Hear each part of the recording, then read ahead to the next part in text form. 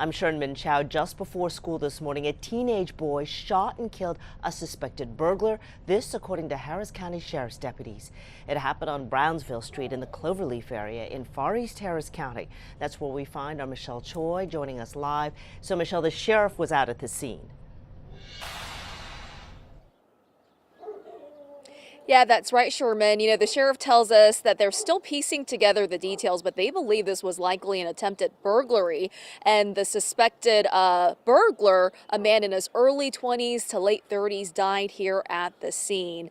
Now, just moments ago, deputies cleared the scene. However, take a look. This is where that shooting unfolded. It was at this one-story home. I'm told this all happened around 7 a.m. this morning. The sheriff says the 14-year-old boy was home alone at the time. His dad was at work, and dad's girlfriend had just left to drop off his younger siblings when a man wearing a pair of gloves and backpack, which he says is indicative of someone trying to break in, walked onto the property and allegedly tried to get in through a door. The sheriff says it's still unclear if that man was able to unlock that door, but it alarmed the teen, who fired multiple shots, killing him.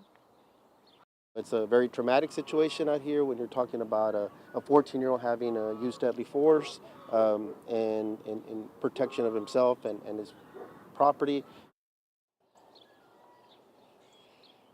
Now, fortunately, we're told the teen was not physically hurt and has been cooperating. Something else to note, the sheriff says before the shooting, at least 2 calls were made to 911 by neighbors this morning saying a man was trying to get into their homes, kicking doors and requesting money. He believes the cases may be tied to this alleged suspect, who we also learned is likely a homeless man. The sheriff told us earlier their homeless outreach team was out here this morning and said it appeared that this man was someone that they have dealt with in the past several times. Now, coming up at 4, I have a lot more on this story, including reaction from a family friend and neighbor. Back to you.